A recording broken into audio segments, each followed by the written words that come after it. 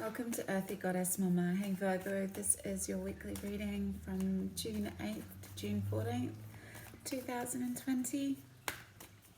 I have the Osha Zen Tarot here. Let's just see what wants to come through for you this week, ViRgO. You got another tower moment. I believe you guys had the tower last week. So it's nothing, tower's nothing to be afraid of. It's just a shaking up.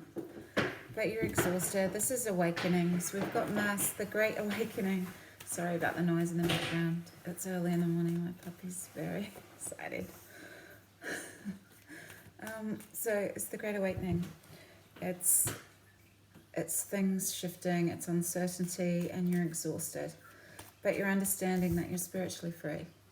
The others are trying to tell you to come through these bars. Come through. Come through. It's okay out here. It's not scary. You can still be awake and understand all the lies that we're being told, but still live a beautiful, present, open existence, because we're all in this together. We are the world. Unity consciousness. This is a 10 of rainbows, though. This is, even though you're understanding the illusionary nature of our lives and the lies we're being told, it's also an amazing time to realize that you're the creator of your experience. You're the creator of how the physical world immediate to you looks, what it looks like. This is what we need right now. Look at this card. This is about existence. It's not constantly looking to the external for our feelings of certainty, because you won't find them now. This is a great period of uncertainty. I just want to say this. This is really important right now, ViRgO, for you to understand this message. We are the world. When thousands and thousands of people around the earth are celebrating, singing, dancing, ecstatic, drunk with the divine, there is no possibility of any global suicide. With such festivity and with such laughter and such sanity and health, with such naturalness and spontaneity, how can there be a war? Life has been given to you to create, to rejoice, and to celebrate. When you cry and weep, you are miserable, you feel alone. When you celebrate, the whole of existence participates with you. Only in celebration do we meet the ultimate, the eternal. Only in celebrate do we go beyond the cycle of birth and death. We reach ultimate spiritual freedom. So this is the gift and gratitude of life. This is a time of communication, sharing the richness of what each of us brings to the whole. This is us. This is unity consciousness, understanding that we have a purpose here as this physical being, this eternal, infinite being having this temporary physical experience. There is no clinging or grasping. It is a circle without fear of feelings of inferiority, superiority, without shame, without thinking that I know more than you, that kind of energy. There's none of that here. This is accepting, radical acceptance of each other just as we are. We're enough just as we are. When we recognize the common source of our humanity, the common origins of our dreams and longings, our hopes and fears, we are able to see that we are joined together in this great miracle of existence.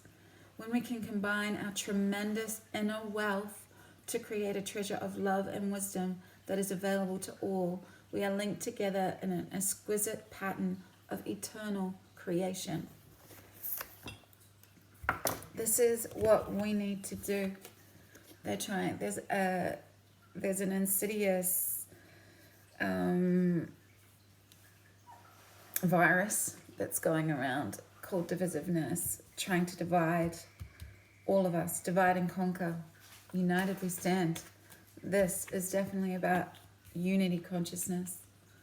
Within yourself first, understanding your eternal nature, understanding that you are spiritually free.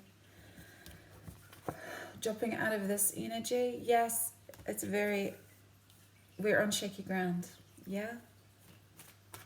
There's always something that we can celebrate in every part of our lives. But if you're not being honest with yourself, if you're not going deep into your own wounds, I'm hearing, into your own deceit, into the denial of who you truly are, if you're still donning a mask, I'm hearing the mask of intellect, then this will be hard for you to truly understand from your heart space. You will be exhausted.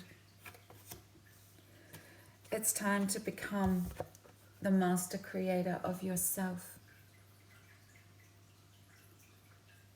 You are a work of art. You're an exquisite masterpiece. We're all exquisite masterpieces.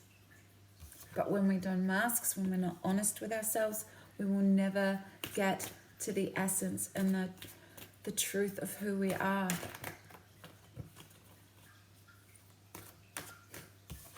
Yeah, we've been lied to a lot. But how do you lie to yourself? A leg up. Someone wants to support you, Virgo. Are you going to be open to hearing this beautiful support network that you have? Are you going to come out and celebrate with them? Are you going to allow them to support you, to help you step into this inspired leader that you are? Let's see, 34.